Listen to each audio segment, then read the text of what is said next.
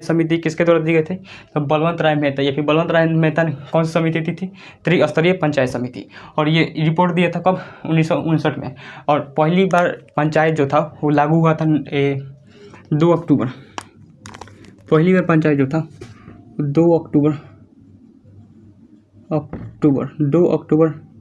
1959, यानी 1959 ईस्वी में सबसे पहले पंचायत जो था वो राजस्थान के जिले नागौर में, नागौर।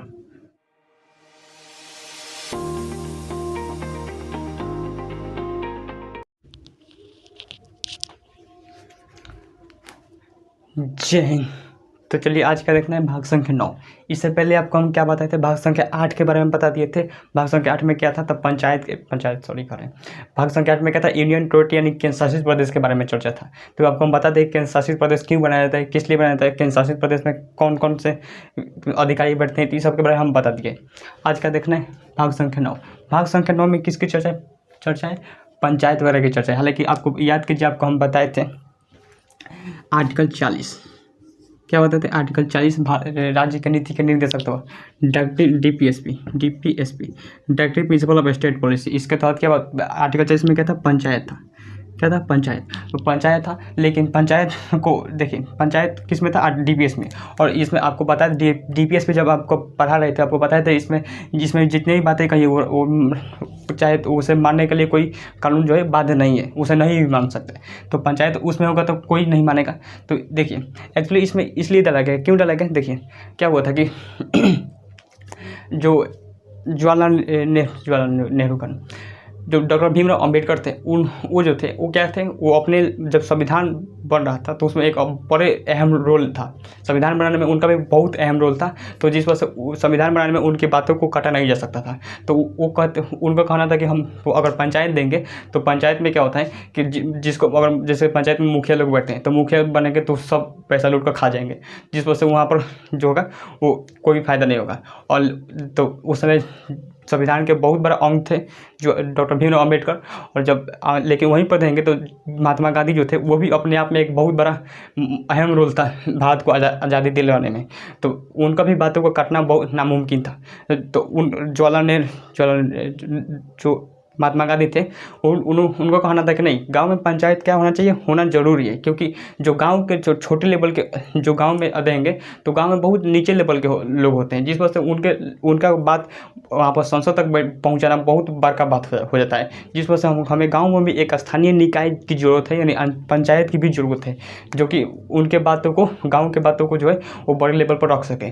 तो उनका भी कहना सही था और डॉक्टर भीमराव अम्बेडकर का भी कहना भी सही था। लेकिन दोनों में हो गया बवाल। डॉक्टर भीमराव अम्बेडकर का कहना था कि नहीं, हम लोग पंचायत देंगे तो सब पैसा जो होता है लूट लेगा, गांव में कुछ होगा नहीं। तो वहाँ पर कौन थे? राजेंद्र प्रसाद ने कहा कि कोई बात नहीं, तुम आप दोनों मत लड़िए, हम क्या करते हैं इसे DPSP directive principle of state policy में डाल देते हैं, जिसको मानना हो वो मानेगा, नहीं मानना हो तो नहीं मानेगा, छोड़ देगा। तो रख दिया गया। लेकिन जवाहरलाल नेहरू जो थे वो पंचायत लागू करने के क्या थे? साथ दे। वो चाहते थे कि पंचायत क्या हो? लागू हो। तो भाग संख्या 9 में जो है आर्टिकल नहीं लिखे, आर्टिकल जो है आर्टिकल इसमें देंगे तो 243 से ले 243 के क से लेकर औ तक है, क से लेकर औ तक है इसमें। तो इनका कहना था कि क्या किया जाए इसमें। तो जवाहरलाल नेहरू जो थे, कौन थे? जवाहरलाल नेहरू वो जो चाहते थे कि पंचायत क्या हो? लागू हो। कहाँ पर? गांव में लागू हो, ताकि गांव के बातों को बड़े लेवल पर सुना जा सके। आप देखेंगे जहाँ पर अगर आप खुद सोचिए अगर पंचायत नहीं होता तो क्या गांव के छोटे छोटे बातों को बड़े लेवल पर रखा जा सकता था? नहीं रखा जा सकता था। तो उसके लिए जो 1952 ईस्वी में क्या करिए,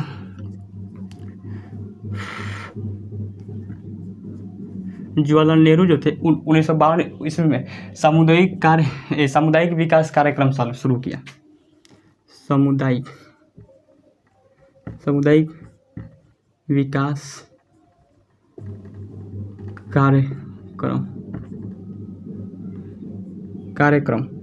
सामुदायिक विकास कार्यक्रम 1952 में ईस्वी में शुरू किया। इसके तहत कहा गया कि छोटे छोटे लेवल, गांव के छोटे लेवल पर जाइए और कुछ विकास का काम कीजिए। जैसे कि छोटा काम दिए गए, जैसे कि झाड़ू पोछा, मतलब साफ़ सुथरा रखने के लिए, जहाँ पर स्कूल वगैरह में जो कल वगैरह नहीं है तो कल कराइए वहाँ पर, या फिर पहले क्या होता था कि कुआँ खोदा खोदा जाता था। तो देखिए जहाँ पर कुआँ वगैरह की ज़रूरत है वहाँ पर कुआँ खुदवाइए, और जहाँ पर साफ़ सुथरा की ज़रूरत है तो वो सब साफ़ सुथरा कीजिए। तो 1952 ईस्वी के तहत छोटे छोटे काम दिए गए, और वो काम क्या था, सफल है। तो जिस वजह से इसे बड़े लेवल पर ले जाएगा। छोटे लेवल पर इस अभी छोटे लेवल पर था, तो इसे बड़े लेवल पर ले गए। तो राष्ट्रीय विकास परिषद 1953 ईस्वी में 1953 ईस्वी राष्ट्रीय विकास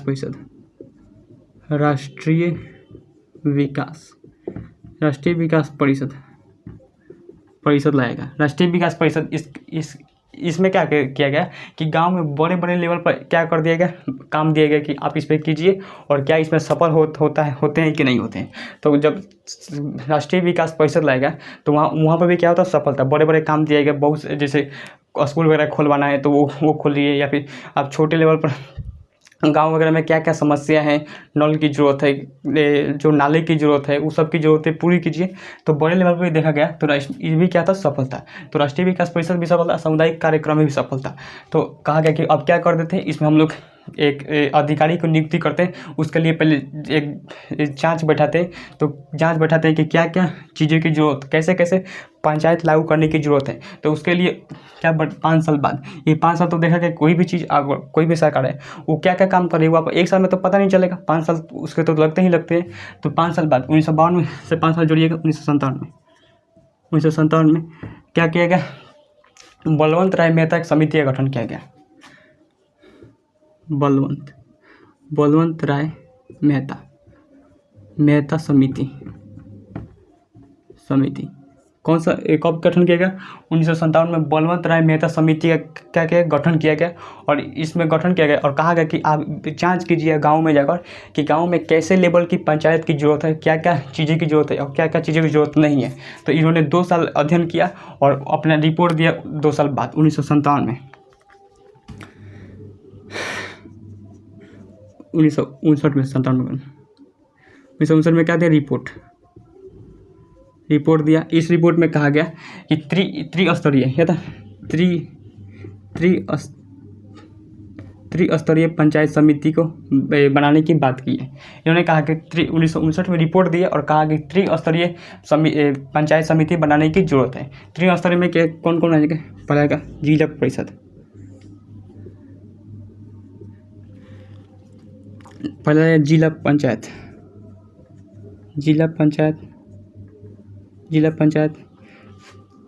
पंचायत समिति और ग्राम पंचायत।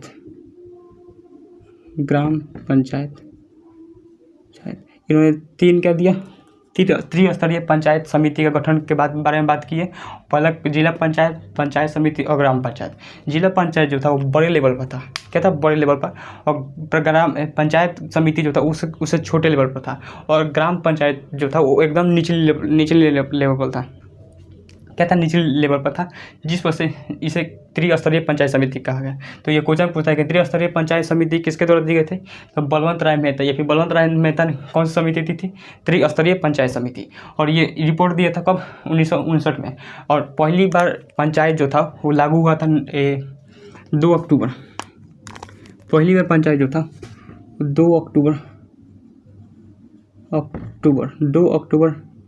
1959 यानी 1959 ईस्वी में सबसे पहले पंचायत जो था वो राजस्थान के जिले नागौर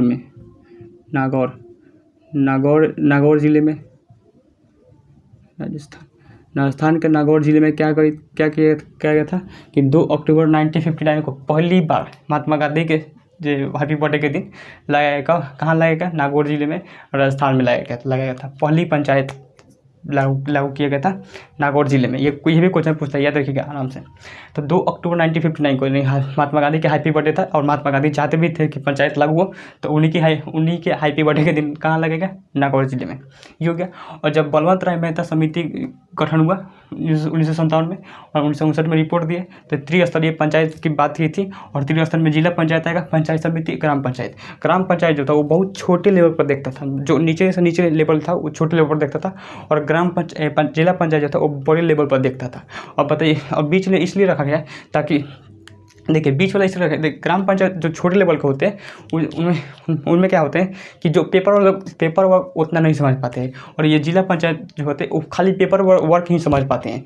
मतलब अब देखेंगे तो खाली पेपर वर्क होगा जिला पंचायत में, और ग्राम पंचायत में उतना पेपर वर्क नहीं समझ पाते हैं। तो इसके लिए एक बीच में कड़ी जोड़ दिए गए पंचायत समिति जो था वो ग्राम पंचायत को भी देख लेता था कि कैसे ये काम करते हैं, तो उसी को पेपर वर्क कहाँ देता था, जिला पंचायत में। तो जैसे कि कोई भी अगर गाँव इसमें अब क्या कर दिया गया, और अलग अलग गांव में क्या कर दिया गया, ये हालांकि अभी लागू नहीं किया गया था, पूर्णतः लागू किया गया था 24 अप्रैल को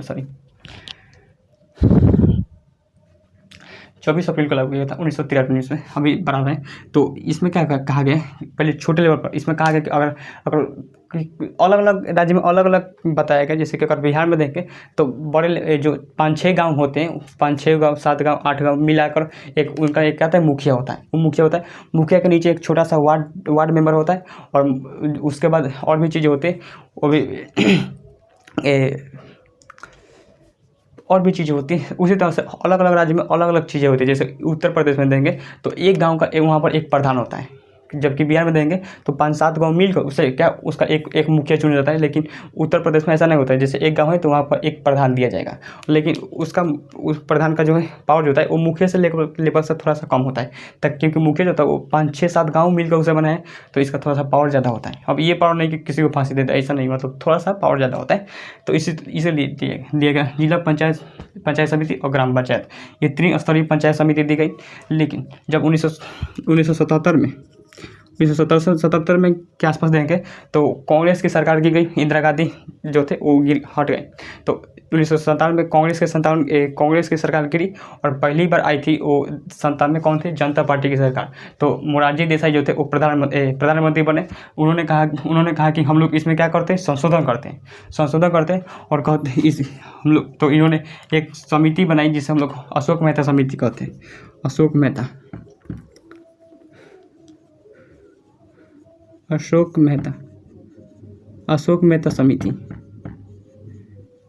समिति बनाई, और अशोक मेहता ने कहा कि हम द्विस्तरीय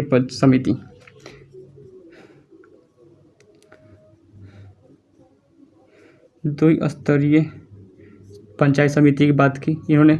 इसमें क्या कर दिया, इसने पंचायत समिति को हटा दिया गया। किसे रखा, जिला पंचायत और ग्राम पंचायत को रखा, पंचायत समिति को हटा देंगे। अब बताइए अगर पंचायत समिति को हटा देंगे तो यही जो था वो पेपर वर्क भी समझता था, और गांव के छोटे लेवल का उनको भी समझता था। अब इन्हीं को हटा देंगे तो वहाँ पर थोड़ा सा मैटर गड़बड़ा जाएगा। तो जिस वजह से ये उतना असफल नहीं था। फिर इनके बाद इनको तुरंत ही इनका भी क्या हो गया, सरकार हट गई। तो फिर आई कांग्रेस सरकार, तो उन्होंने कहा कि फाइनली कहा हम क्या करते हैं, फिर से लाते हैं कौन, बलवंत राय मेहता समिति। और बलवंत राय मेहता समिति लाया गया, और पहली बार पूरे भारत में लागू किया गया 73वां संविधान संशोधन किया गया। 73वां संविधान संशोधन 73वां संविधान संशोधन किया गया। कब के, 1993 में। हालांकि ये डेट याद रखिएगा, 73वां संविधान संशोधन किया गया, और 24 अप्रैल 1993 को क्या कर दिया गया, पंचायत लागू किया गया। पूरे राज्य में क्या कर दिया गया, पंचायत को लागू किया गया। कब किया गया, 24 अप्रैल 1993 को। बस यही डेट याद रखना है आपको, और कुछ डेट नहीं याद रखना है आपको। सिर्फ अगर आपका एग्जाम निकलना है तो बस यही डेट याद रखेगा कि किस संविधान संशोधन के तहत पंचायत पूरे भारत में लागू किया गया 73वां संविधान संशोधन। और कब लागू किया गया था, 24 अप्रैल 1953 को। ये पूरी डेट याद रखना है, सिर्फ 1993 नहीं। कब लिया है, 24 अप्रैल 1993। जैसे आप डेट ऑफ बर्थ याद रखते हैं, उसी तरह से इसको भी याद रखना है।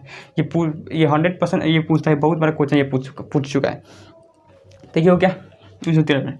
और इसमें जब इस 73वां संविधान संशोधन किया गया था तब बहुत सारी बातें की गई थी, सब बहुत सारी चीज़ों को दी गई, जैसे कि अलग अलग राज्य में जैसे कि अलग अलग, लेकिन इसमें भी कहा गया था कि अगर आप क्या कर सकते हैं कि जैसे अगर कोई छोटा गांव है, छोटा गांव करें, कोई छोटा राज्य है, तो उसमें आप 2 स्तरीय भी रख सकते हैं कि जैसे गोवा हो गया, सिक्किम हो गई, छोटे छोटे रहे, वहाँ पर जनसंख्या की ज़्यादा मार नहीं होता है। अब यूपी और बिहार देंगे तो जनसंख्या, आधा जनसंख्या तो यही लेकर बैठे हैं, 2 ही राज्य, यूपी, बिहार, झारखंड और पश्चिम बंगाल, ये 4 मिलकर तो आधा से बेसी जनसंख्या यही संभाल लेते हैं।